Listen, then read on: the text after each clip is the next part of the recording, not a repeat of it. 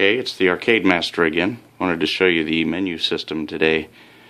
Right now it's going through a screensaver mode that engages if you are in the menu system and you leave it alone for a few minutes. It'll start going through a random slideshow of the gameplay snapshots in whatever directory you happen to be in. In this case it's arcade games, where I was last, and if you look down at the bottom you can see the name of the game as these images go by. Interesting little feature. We'll get to the menu. It looks like this. There are 10 pages to it. They all look basically like this with the 3 columns of info. On the left you have the directory list or page list, whatever you want to call it, and wherever you are is highlighted, and at the bottom it shows you how to get in and out.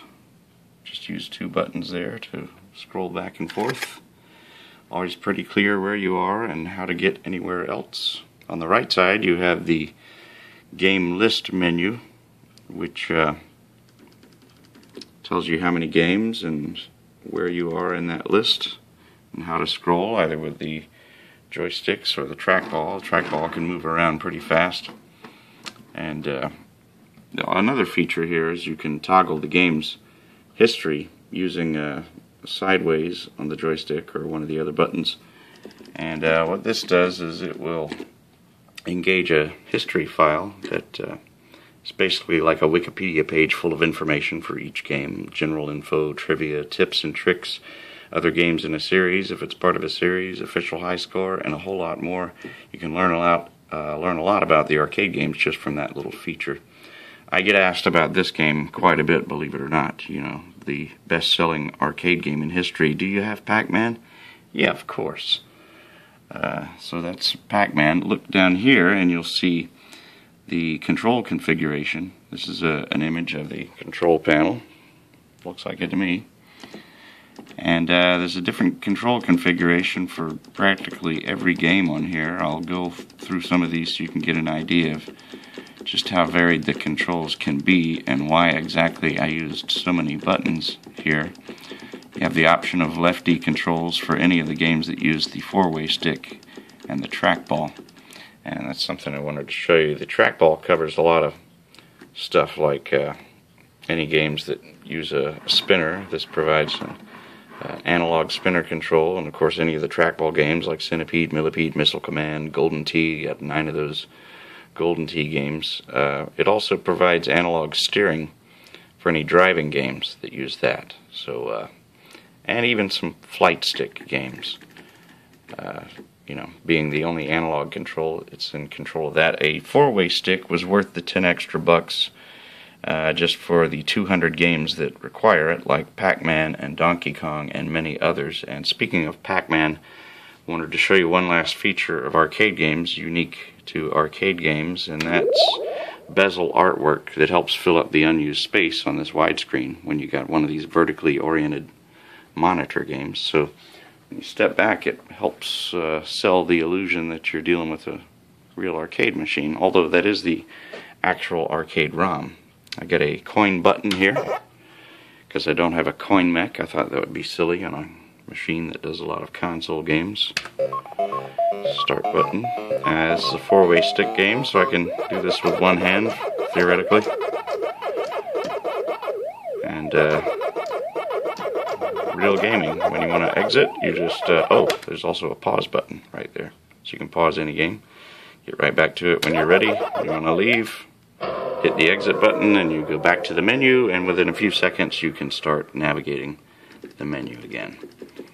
Okay, that's arcade games. Atari, this is the Atari Video Computer System, or 2600 as it became called in '82.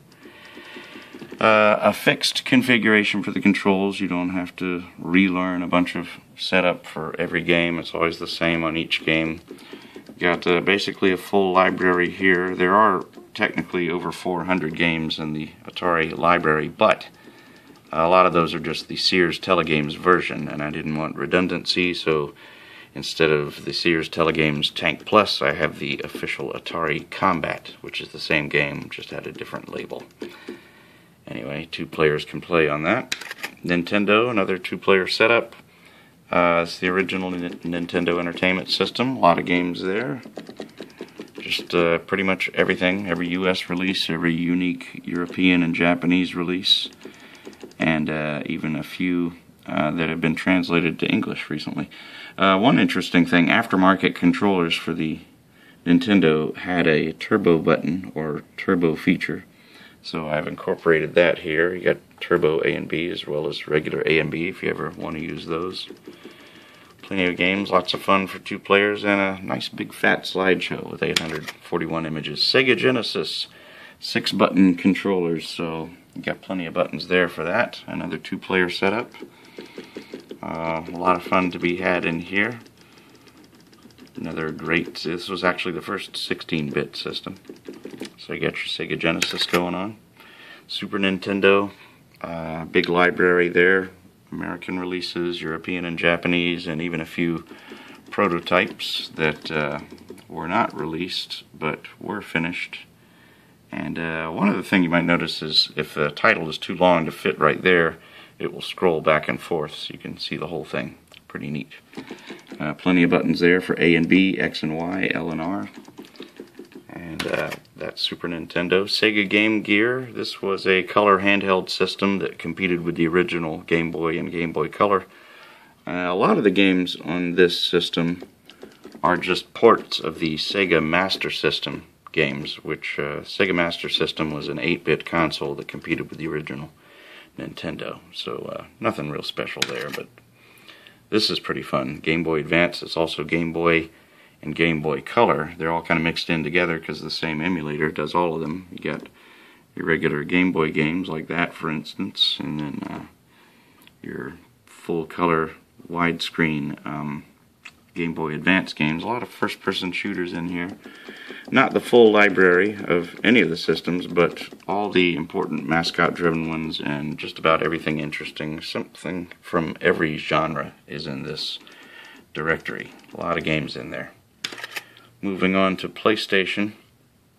Those last 2 directories were just 1-player setups because they're handheld. This is also a 1-player setup because I ran into my first problems with translating controls for this side to the player 1, so I moved player 1 over here, which helps break up the mileage used by the control panel. That did also leave an option here for something I didn't realize I was going to need, which is to be able to change on the fly in-game the memory card, because you start running out of memory card room if you play more than a few games. Another thing was being able to switch game discs in-game, which becomes an issue on some of these multi-disc games like Final Fantasy series. So you've got that going on with PlayStation. A lot of games in there, not the full library by any stretch. I think there's actually more like 4,000 in the full library, but it's an issue of drive space. There's a separate drive just for PlayStation games because they take up so much room. Nintendo 64, I think just about 40 games shy of a full library. A little weird without a real analog joystick, and for some reason I can't use the trackball for that on this, but it ends up not being too strange for the most part. Get a lot of interesting games of every genre, and again, 1-player. Virtual Pinball, the last of the 10 directories. I originally had 14 in my original design, but I pared it down to 10. Nice even number.